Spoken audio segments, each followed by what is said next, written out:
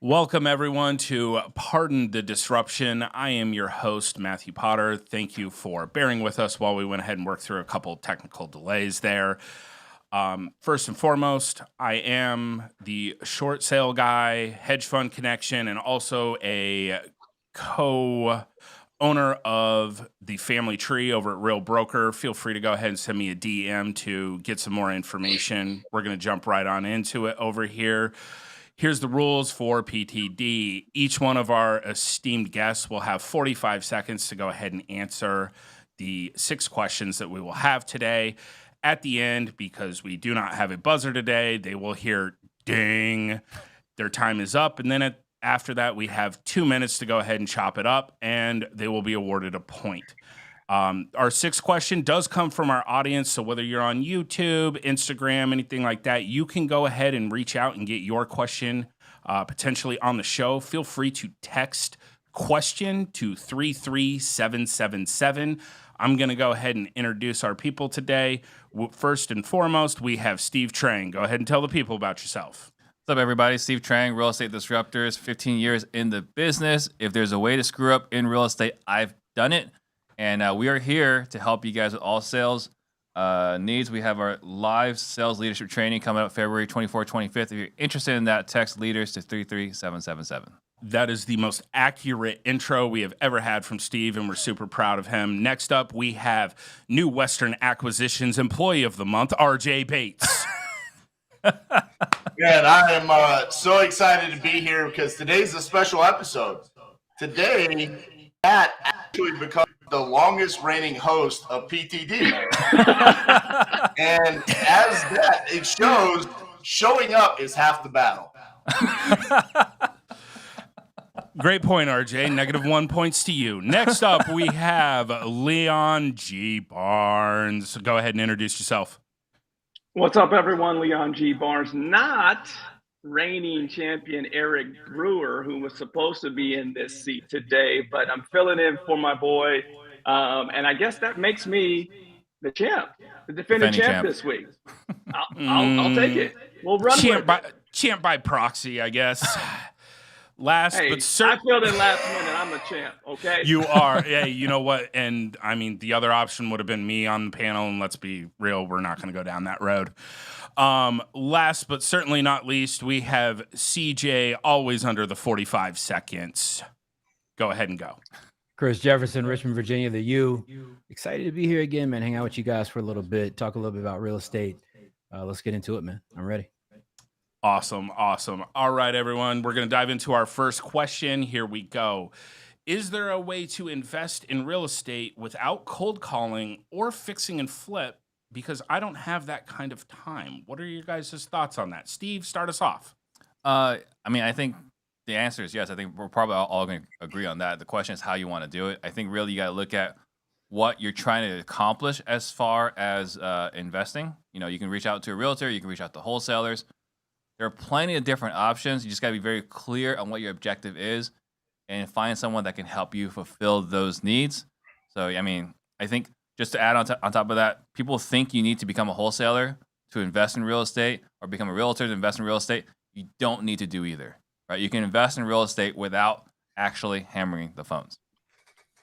Perfect. All right. RJ, what are your thoughts on this topic? Go ahead. Yeah, I was confused by this question. It was almost as bad as one of Eric Brewer's answers, but listen, no, you don't need to do.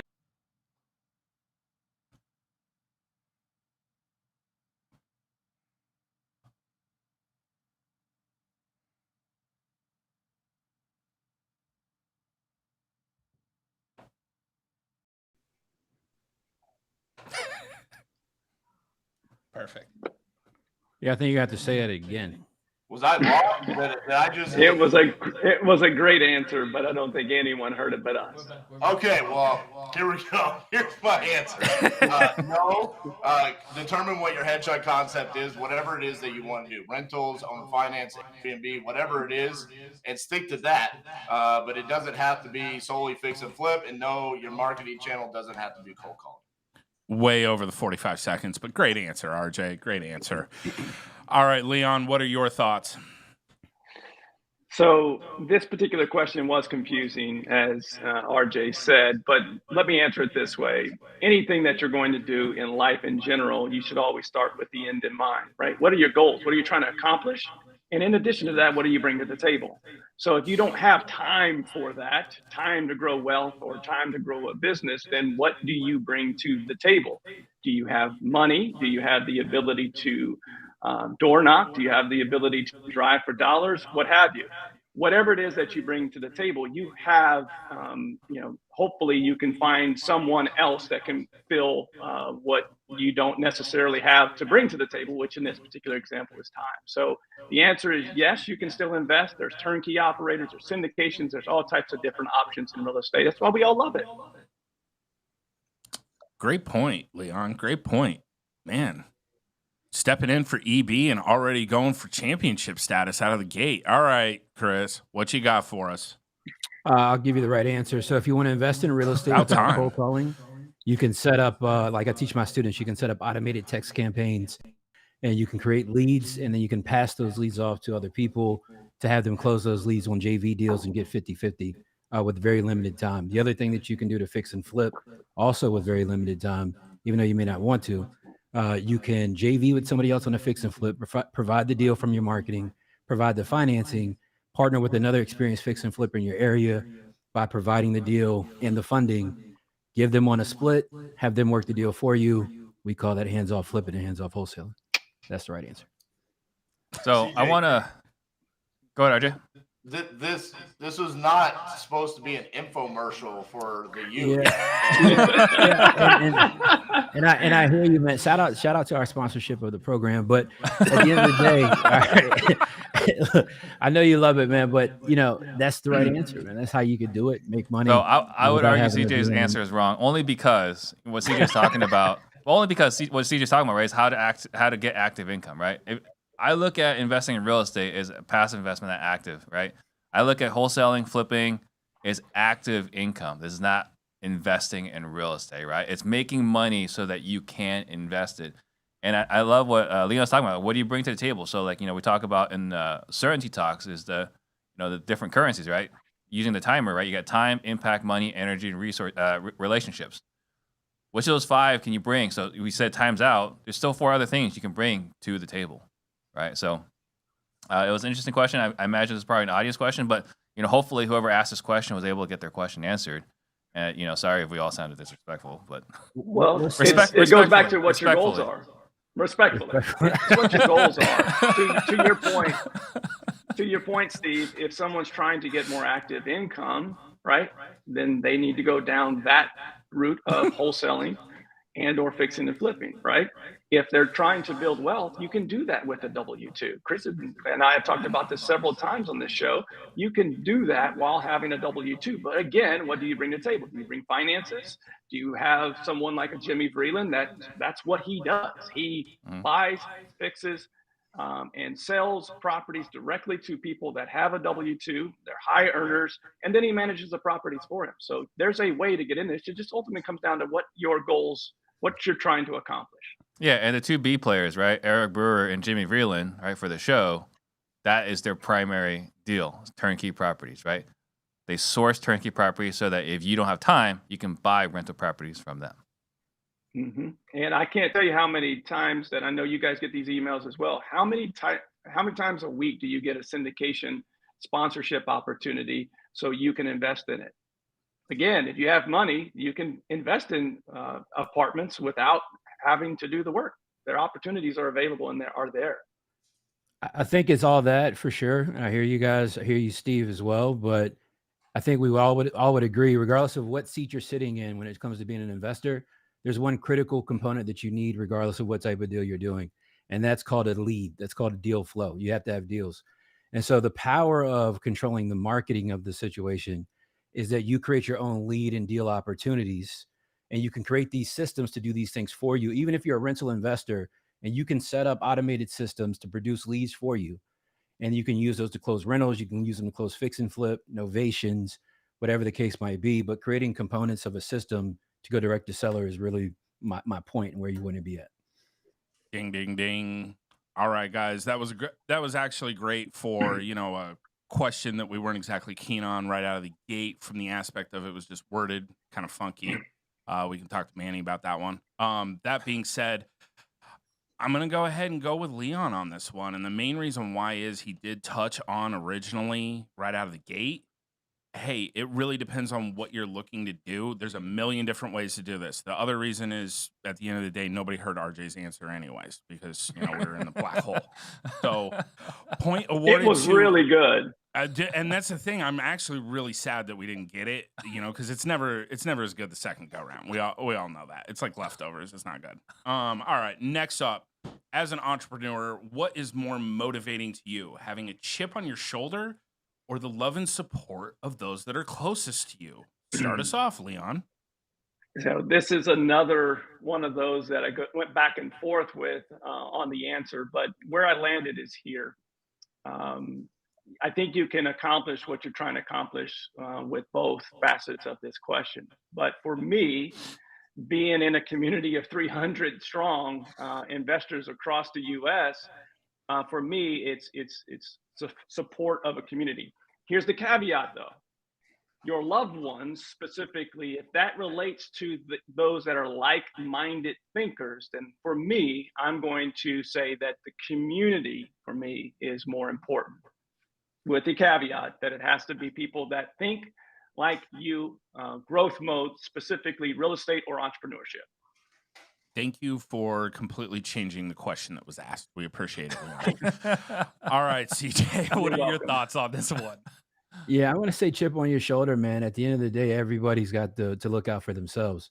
I agree with Leon in terms of community, but I think the question is more so about, people close to you, people around you, people influencing your thought perspective on getting into real estate, continuing with real estate, going through, down markets, down cycles. And I think you got to have tunnel vision at a lot of times, and you got to, not have that impact in your focus. So I think the chip on your shoulder, man, people telling you can't do something, if you're one of those types of people, is going to motivate you and push you really hard to prove them wrong. And you need that type of energy in this business. So I think that's helpful. All right. Vote for chips and dip over here from CJ. I like it. All right. Steve, what about you? Chip on the shoulder or those closest to you? So one of my favorite quotes is from Tupac.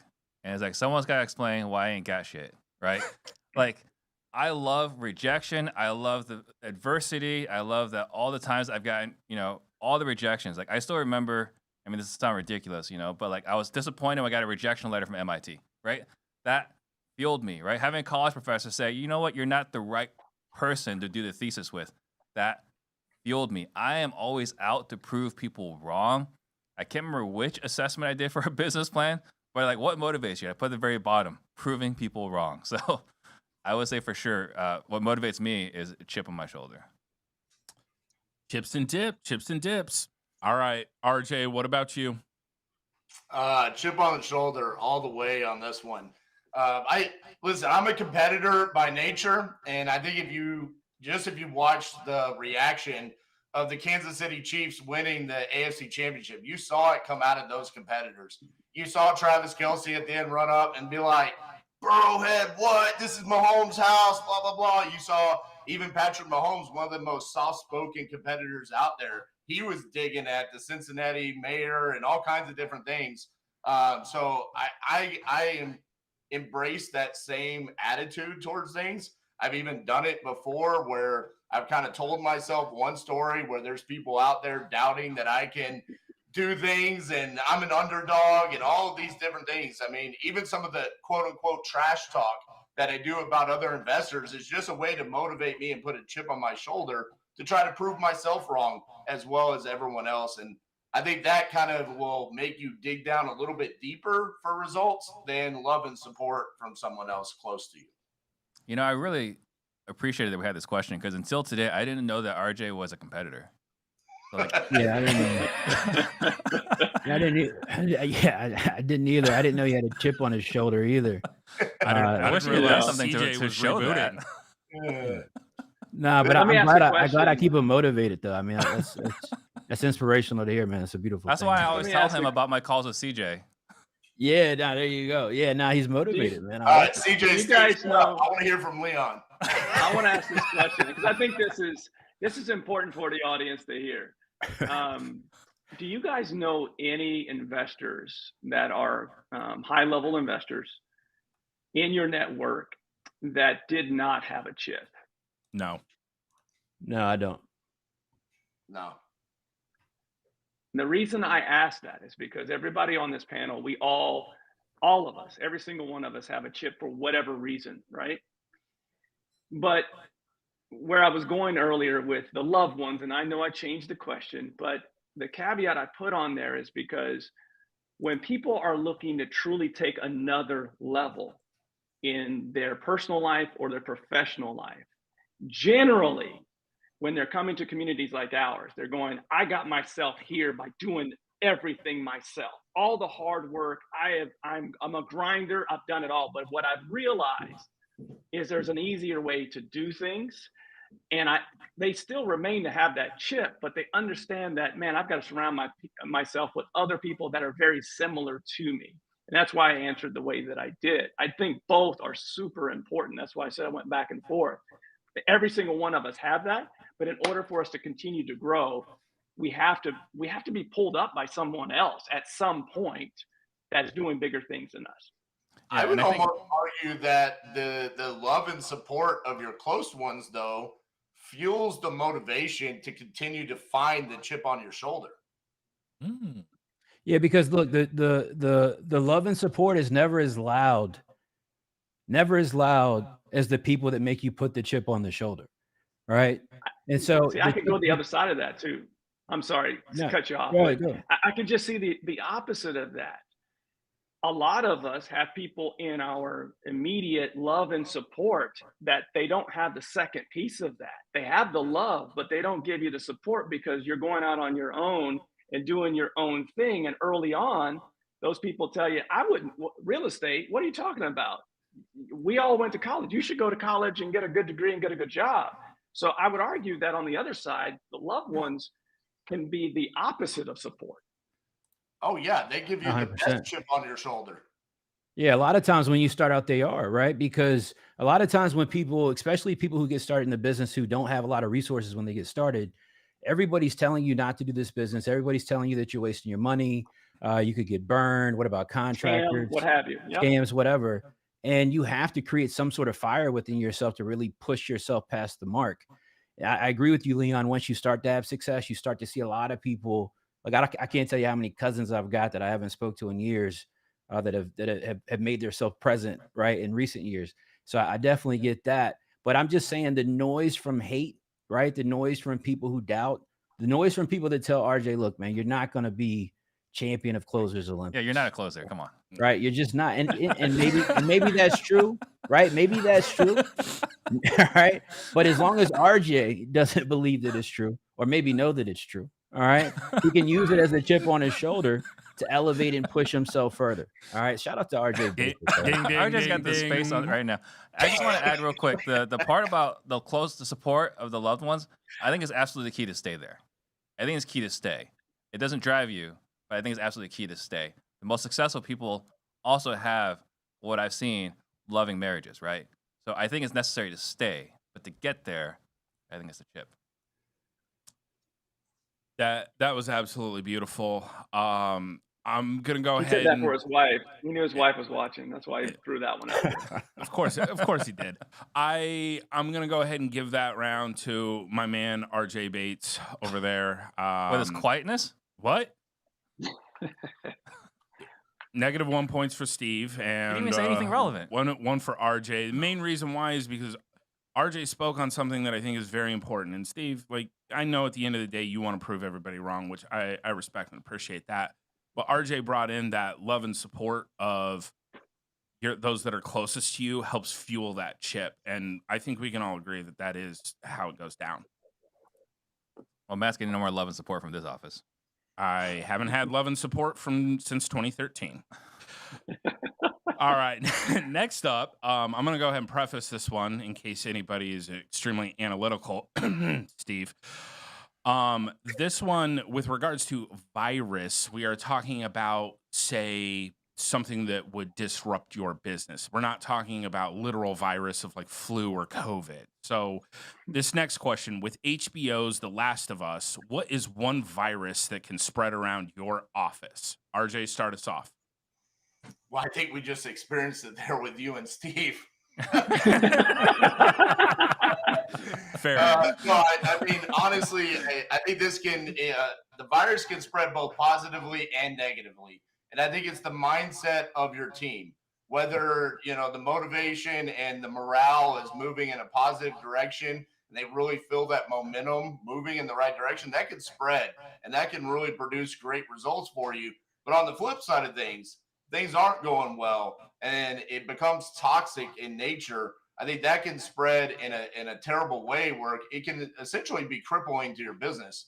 And so I think the mindset and the morale inside the office is that virus that spreads either way, both positive or negative. That's Great one thoughts. virus. Great. All right. Sorry. Hey, calm down over there, COVID. All right. Next up, Leon, what's your thoughts on the virus? 2019 through 2022, let's say March, there was a positivity virus that was through everyone's business in real estate investing. Why? Make an offer, you buy a house, you sell a house, right? There wasn't a lot of negotiation. The market was great. Everyone was positive. Everyone was driving their nicest cars. Salespeople were driving nicer cars than their owners. Everyone was positive. Market shift, right? 2022, April. We really started to see it in May, especially for those that are in Phoenix and Boise, Salt Lake City, and some of those markets that got hit really hard. Negativity is what we're hearing now, right? Keeping people positive is tough. Why? They're not winning as much. And they're used to winning. Some of those employees that started 3 years ago, they've never lost. They don't know what it is like to lose. So the virus right now, especially today, that's timely, that we're hearing in many offices across the U.S. is negativity. Very well put. CJ, go ahead and tell us your thoughts on virus right now. Yeah, I think these guys could be right, but the most important one to me that could be a virus that could cripple everything is virus of non-communication, right? Just the willingness, at times when you have an office setting or a team setting, group setting, where some people tend to not want to communicate with the person that can make decisions or figure things out, and vice versa. Sometimes the person that can make decisions, make adjustments, doesn't communicate with the people closer to the ground that can help have better eyes on things as well. So I think when communication isn't prevalent in any of these settings in terms of a business, from top to bottom, right? Like the janitor's got to communicate, the CEO's got to communicate. I think that's the most critical thing. And always making sure you're doing that with decisions maker and people that can make changes and make things happen. Man, CJ's webinar is doing extremely well. He's got his own janitor. Hey, God is good, man. God is good. God is good. All right, Steve, what you got for us? Other than COVID, what you got? So for me, I would say, lack of accountability. I would say that for me, in my career, two of my greatest weaknesses, offering praise willingly and then holding people accountable, right? So as far as the virus, the lack of accountability can sometimes be prevalent within the organization because that is one of my greatest weaknesses, and it kind of unfortunately permeates across the office at times. So I would say for me, because I don't generally like confrontation, accountability has been my greatest challenge, and I would say is happened at times within our organization. Listen, did CJ go read Chicken Soup for the Soul before this episode? Said you gotta communicate. I mean, how is that the virus? Because there's a lot of times where people don't communicate, man, right? Like in business settings, you have cross-employee conversation that takes place that could have negative impact to your business, that if you had awareness of it, you could make business adjustments to resolve any issues that could be present. But instead what happens, right? Like you've got a job, right? So I'll put it kind of in that perspective, right? So sometimes instead of going and talking to the producer, maybe you're having a conversation with Cassie that if the producer was aware of the feeling or the notion that you had a problem with, they could actually do something about it and resolve it. But sometimes those conversations don't get communicated up. You might go to HR, something. I don't know what you guys do, what jobs do. All right. But from what I remember, it was something like that. Leon, I feel like you're really smart. Can you weigh in and try to make CJ's answer make sense? Well, when you boil down the communication, it's either positive communication or it's negative communication, which was my answer. So there you go. I can attest to CJ. So we had our Christmas party and we handed out awards, and my communication is so bad, which is ironic because I teach communication. My communication is so bad. I actually got an award that says you can't communicate poorly if you don't communicate at all. So I can kind of give some validation to Chris's answer. It wasn't a great answer, but I want to kind of like not make it like I want to make it less awful. Wait, we had a Christmas party? Listen, you lost a love and support a while ago. So to my point, see, you didn't even make sure my guy had an invite to the Christmas party, man.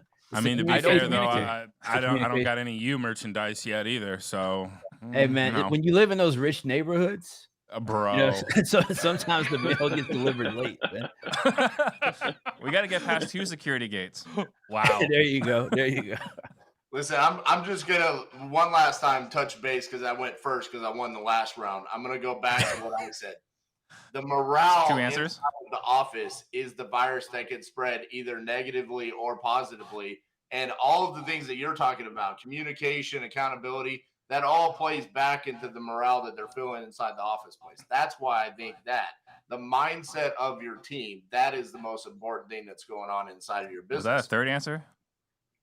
Yeah, I mean, how does it get communicated that the morale is starting to shift and it starts to affect other people?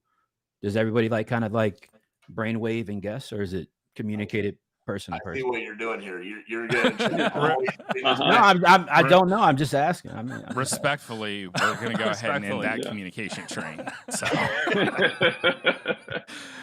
all right, we're gonna be done with that round. Up until I realized that I wasn't invited to the Christmas party. Steve was looking really good for that round. You were invited. It was I don't know what happened. Yeah, look, it's okay. It's all right.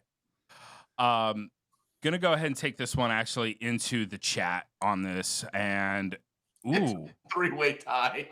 It's a 3-way tie, so everybody gets a third of a point. No, you're the tiebreaker. No. Make difficult choices for once in your life. Well, if I had a little bit more Christmas cheer, it might be you, Steve. So we're going to go ahead and go with RJ on that go round. RJ gets another point. He gave 5 different answers. Respectfully, I know. He communicated his answers very clearly. The question was one virus. All right. Leon's currently looking as confused as I am. Leon, I understand. Thank you. That 7% for Leon should be very confusing. Yeah, he's not 13 performing. Votes. What is that? 2? Yeah, it's not a good thing. All right.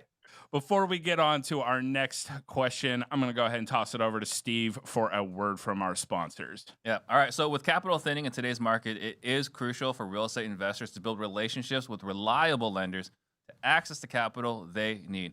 That's where Kiavi comes in. Whether you're flipping houses or investing in rental properties, Kiavi offers fast approvals, high leverage, and reliable capital to close more deals in any market environment. Through their easy online process and dedicated support, you can access the flexible loan options that help you scale your business confidently. Go to kiavi.com/real estate disruptors to learn more and download your pre-qual letter in minutes. Terms and conditions do apply. Please see kiavi.com for further details about potential loan options. Beautiful. And I hear they actually invite all of their employees to the Christmas party. So that sounds bitter. Not bitter, just communicating. So that was negative morale and poor communication all around. I will hold my people accountable. I apologize. Communication. Imagine that. Yeah. I mean, I would have just taken, honestly, like a blind text at this point. All right. Next up, with Tom Brady announcing his retirement, when is the right time for you to walk away from your business? RJ, start us off. When Fox offers me $375 million to talk for 3 hours. That's like TV 12, baby. In his circumstance, I think he lost the passion that he had for the game. I think you saw that this past year. And I think it's the same thing with our businesses. I mean, if you don't have the passion to be the leader that you need to be, you've lost the vision as to what you're even showing up for on a day-to-day basis, then it's probably time to look back. And we only have one life, I mean, what's the point in just beating our head against the wall? Cassie and I have changed our business multiple times throughout the past 12 years, where we found something new. Now we landed on real estate investing, and that's where we found a new passion. But it's not something that we need to beat our head against the wall forever. So I think it's when you lose your passion, that's when you should walk away. Beautiful, beautiful. Leon, what you got for us? I don't think that for me personally, I'll ever retire. That's not something that I planned on doing. If you look at those that live long, healthy lives and you ask them what was their key to success, and they say that they always looked at life as an opportunity to learn something new and continue to scale up. I think that scale means something different to everyone. And ultimately, for me, every 3-4 years, I want to continue to have set new goals and continue to, stretch myself as much as I possibly can. And even like Tom Brady, I know we're the same age, so I'm comparing myself, and we both live in Tampa, at least for now. I am comparing myself in this way. It's like I do want to walk off my own terms. I always work, but on my own terms, from the standpoint of my business has evolved to a point where I don't have to work in it from a day-to-day, hour-by-hour basis. I can continue to level it up to where I can then walk away on my terms. Ding, ding. All right, CJ, what are your thoughts? When's it time to hang them up? When your performance no longer supports the goals of the business, right? Same thing with Brady. I mean, if he's at a point in his career or life where he can only throw 20, 30 yards, 40 at most, that's just not going to do in a quarterback-driven league. We see all the time, right, where CEOs, founders of companies, they have to resign, they have to step down and put new management, new leadership in place to continue leading the company to the next place or the next level. Sometimes you get to a point where you've capped out at in terms of your knowledge and information you have at that moment. So it's always good to know when to step aside and bring new, fresh leadership in to continue moving everything forward. Very insightful. All right, Steve, what do you got? I say is whenever Giselle says you're no longer man enough. I mean, I think that would probably be it. I would say when you're no longer fulfilled, right? Like much like what RJ said a moment ago about like, the purpose and so on. If you're no longer fulfilled, if this no longer drives you, you shouldn't keep doing it, right? Because there's a lot of adversity, there's a lot of challenges, there's difficulties, right? There's always some new challenge that you experience. And we love conquering challenge, right? We love solving problems. But if it's no longer fulfilling you, if it's no longer fuels you, I think you can go, do whatever does fuel you. I don't see myself ever stopping. There's a pretty strong correlation between the day you retire and the day you die. So I don't see myself ever retiring. But I think there'd be a transition, right? There might be a handoff. There might be supporting. There might be a chairman type of role. But I don't see myself ever like walking away. Okay, before we get into the debate here, I got to go back to CJ's answer because that was terrible.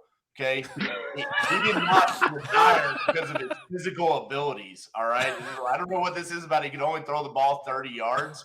The man completed the longest pass he's ever thrown this year to Mike Evans. Okay, how many times did he? What was his deep route completion percentage? Do you know? That's because he had trash receivers and Byron Leftwich as he has trash receivers. Listen, you're going to try to convince me the NFL is not a quarterback-driven league. Josh Allen, name all the top QBs. They all got power arms. Yes or no? Yeah, and so does Brady. You're telling me Tom Brady right now, today in 2023, has a power arm? Yes. Well, no, but I won't say he has a power arm related to Josh Allen and Patrick Mahomes, but I would say that if he left and went to San Francisco this year, that they have the best odds of winning the Super Bowl next year. I mean, he still can perform at a super high level. And to your point, we relate this back to real estate. Teams are important, including offensive lines. He didn't have enough time to throw deep bombs because he didn't have a line. But you can't. That's not how business and life works. You can't plan for a perfect offensive line, right? That's not how it works. He doesn't control that. At the end of the day, all right, Tom Brady is the greatest quarterback, greatest NFL player to ever walk the earth. That is an actual fact. But he is not a top 5, top 10 QB today. He's just not. I agree he lost his passion. I fully agree with that. but he can't perform at the same level that he used to. That's just my opinion. CJ, if you work right now in your wholesale business and you had a cold caller that couldn't figure out how to work the dialer, you would lose your passion for being a wholesaler too. Okay. That's what Tom Brady was dealing with. I mean, and to be honest with you, I think he got to the point where that's not true at all. He's 45 years old. What else does he have to accomplish? He's won the Super Bowl 7 times. He doesn't have anything left to accomplish. He's the greatest player to ever play. I think that's why he lost the passion. And he's looking at all these. He's got his brand. He's got his clothing line. He's got a $375 million contract with Fox.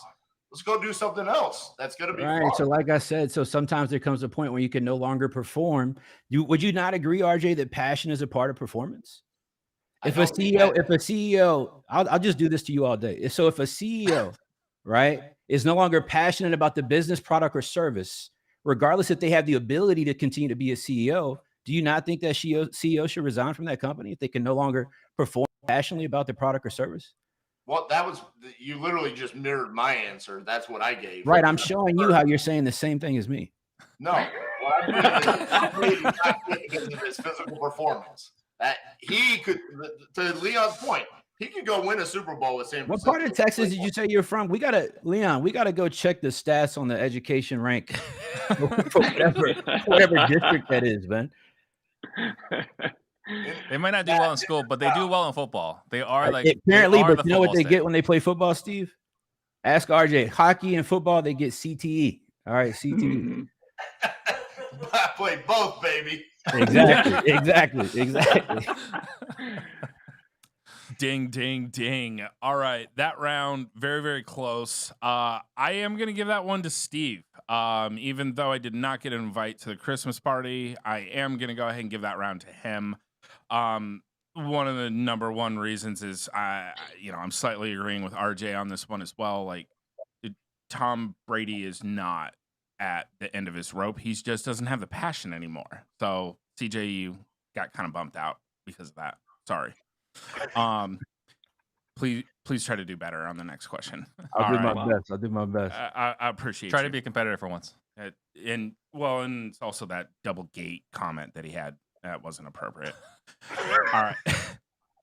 Next up, like Mr. Beast's latest act of kindness where he paid for 1,000 blind people's surgery, what is something you do to give back to the community? Start us off, Steve. So right now, all we're doing at the moment, if giving back to the community, is charity and free content. Something I'm passionate about getting to is teaching disadvantaged youth. I've reached out to multiple organizations to say, hey, I want to come speak. I want to come teach troubled youths that there are other options besides public school, college, and getting a regular job. For whatever reason, none of them take me seriously. I don't know what I can do differently. It's something that I want to do, though. I believe that there's another route. You don't have to go through the same route everyone else did. And so that is something I'm passionate about, something I want to, maybe I got to try harder. But helping disadvantaged youth find that there is another way, right, to make a living without having to do some other things that can get you into trouble. Well, this panel is definitely full of disadvantaged individuals, so that's a great answer. I think we probably all experienced that in some way or another. Oh, absolutely. Next up on the disadvantaged train, RJ, what do you got for us? Yeah, we've had the blessed opportunity to run our own charity for several years now called Beat Kids Cancer. And it's because I had a niece who was diagnosed with leukemia when she was 3 years old. She's turning she just turned 13. So she's 10 years removed that diagnosis. And we learned about what a family goes through during that time. And what we brought was the real estate investing community into supporting families that go through childhood cancer. And so through that, we've been able to pay for people that are undergoing treatment at Cook Children's Hospital, their mortgages, their car payments, their electric bills, anything that's needed to support them along the way. And honestly, it's been one of the most rewarding experiences of my life. Big props on that, RJ. That's friggin' awesome. No joke. Not even busting balls right now. Like that's friggin' awesome. No doubt. Leon, what about you? Yeah, RJ for sure is my winner on this one. Congrats, man. That's awesome. For Steve, you reaching out, I think that's officially called stranger danger, and hence the reason that you're not getting callbacks. Um, this is a great question, and I'm glad because that's something I just learned about RJ. That's fantastic. And Steve, your willingness to reach out, I think this is something that you need to talk with us about at CG. We have a similar vision to do this nationwide. We have 300 resources for troubled youth and youth in general, and this is something that Jason and I are very passionate about. Utilizing the resources and the membership that we have to offer free services, free trainings, and it's something that from our nonprofit side that we're working on and have a long-term goal of. So please, let's have that conversation.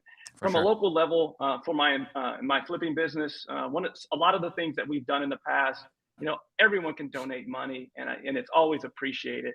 But I think the more valuable thing in your community is your time. Giving back to local charities and say, what can I do to help you on a weekly basis, where we take our team and we donate our time to whether that's a Ronald McDonald House or food banks, what have you. In addition to that, I encourage each one of our members to get associated with local boards, whether that be the YMCA, what have you. I coach basketball for summer leagues that we donated money to make sure that those kids could go to those summer league games for free. So I feel like my ministry, from a standpoint of giving back to a community, is not only making making neighborhoods better one house at a time, but also giving back to multiple kids, not just one individual. Ding ding. Thank you, Leon. We definitely appreciate that. That's awesome as well. All right, CJ, come in strong. What you got?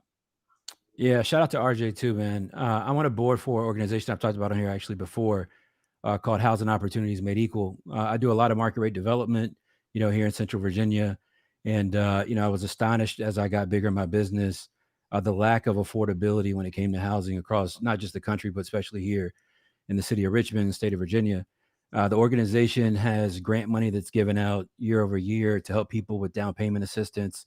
They do testing where they go in and find discrimination in insurance companies that are dealing with and doing redlining with different banks. They're discriminatory in how they hand out mortgages. They do a ton of other things too, but I'm really passionate about the organization. I've been on the board for, I think, 5 years now. We do a lot with charity, but that's my most sizable charitable donation on a month or on an annual basis. And I think everybody deserves affordable housing, especially minorities. And especially as being a minority, the fact of the matter is we didn't have the opportunity from home ownership for a very long time in this country, which is by and large the cornerstone of wealth. And I'm really passionate about that, man. So shout out to Housing Opportunities Made Equal. One thing I'll say about this topic is, and thank you for all the kind words about B Kids Cancer, but that was nothing more than an idea until we presented it to the real estate investing community. And it has been supported for years by just friends that we've met through social media. We've hosted 4 or 5 different annual charity golf tournaments that have been sponsored by Easy Street Capital, Batch Leads, companies that honestly are not going to see any kind of ROI from a charity golf tournament, that have donated tens of thousands of dollars to that cause. And one of the proudest moments about B Kids Cancer has been we have never had to tell someone that did a grant request that we don't have the funds. And it's always been available because the real estate investing community, no matter what, has supported us. Even like Ryan Jackson locally, he hosts a monthly meetup and just raises money, literally just passes a hat around and says, what can you give to beat kids cancer? And every month it's another couple of $1,000s coming our way that helps support those families. So shout out to the real estate investing community for rallying around that cause and supporting it the whole time. Man, Very cool, RJ. Very, very cool. Yeah, it is. this one, I think we all know where this one's headed. Like even going in the group chat, like I really wanted my man CJ to get on the board, but I mean, kids beating cancer, like RJ point, shout out, thank you for everything you're doing with that. That one also resonates with me. I had a cousin that ended up getting leukemia at 3 years old, and he just went into the military at 19 years old. So it's friggin' awesome when that happens. Matt, RJ deserves to win that, but Yeah, everyone on this panel today is winning.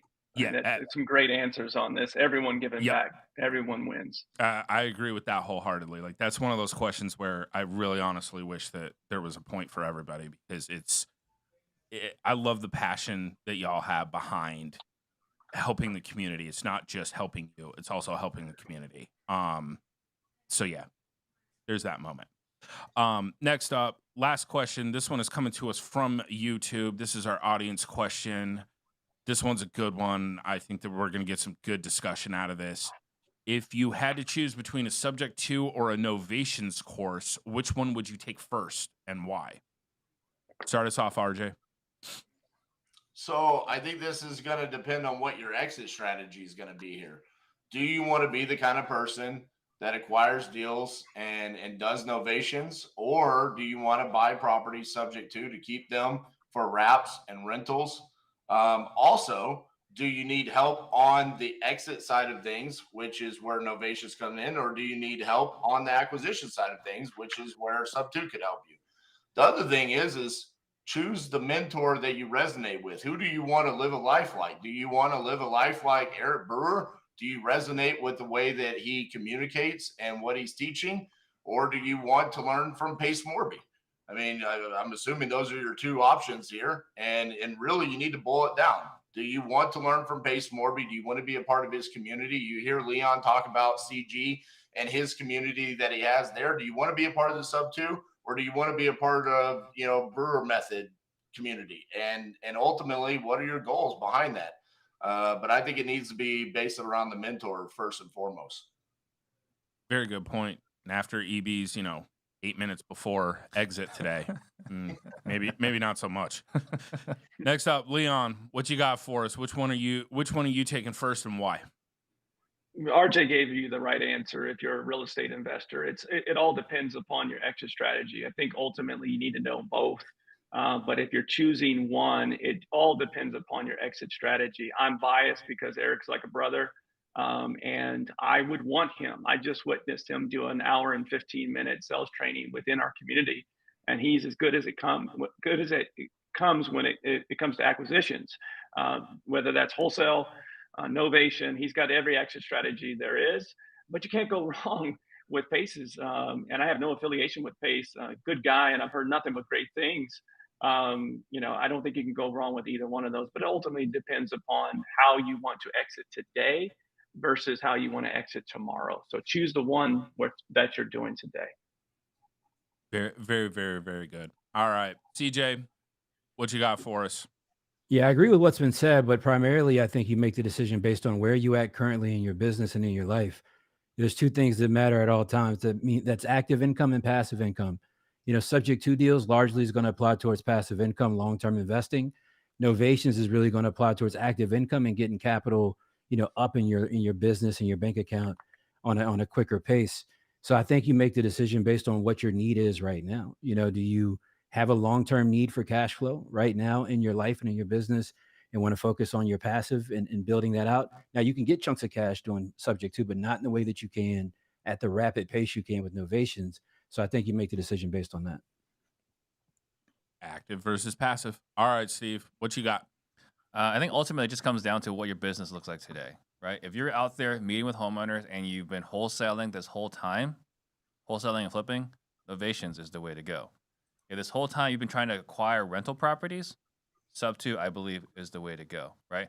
Not saying you can't make active income using sub two, but it really comes down to what your business looks like today and what you want to do. If you're still actively trying to wholesale or flip, I don't see how you don't add novations to your arsenal.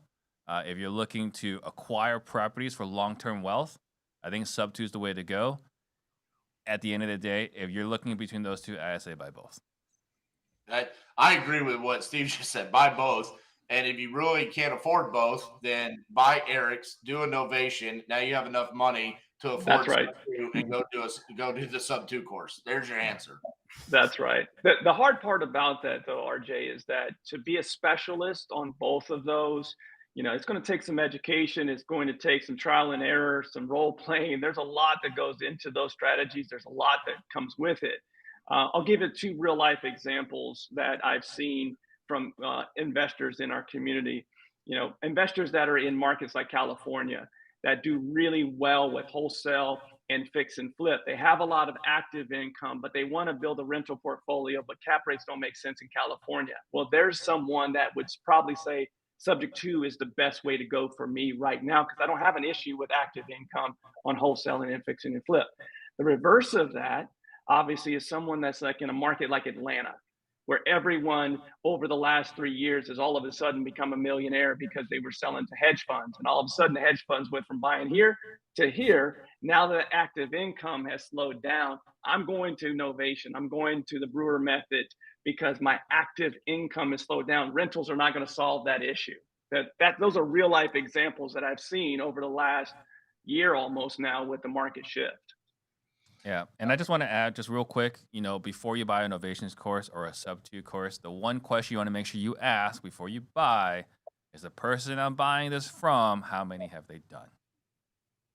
I'll jump in real fast to wrap it up. I would kind of almost lean towards Novations for one reason, because you can never have enough active income as you pursue your real estate business and scaling and growing your real estate business. Whatever level you're trying to get to, it takes liquidity and it takes capital, right? And so if you want to go do a portfolio of 100, 200 Sub 2 deals, you're going to need capital for down payments. You're going to need, like, we're coming into a period right now where people from 2020, 2021, 2019 even are going to have back payments of almost 6 figures plus, right? On a lot of these deals that you come across. I looked at one yesterday where to redeem the loan, right, was $60,000 plus. You got to have cash on hand to be able to do that, or you're going to be stuck borrowing it somewhere else.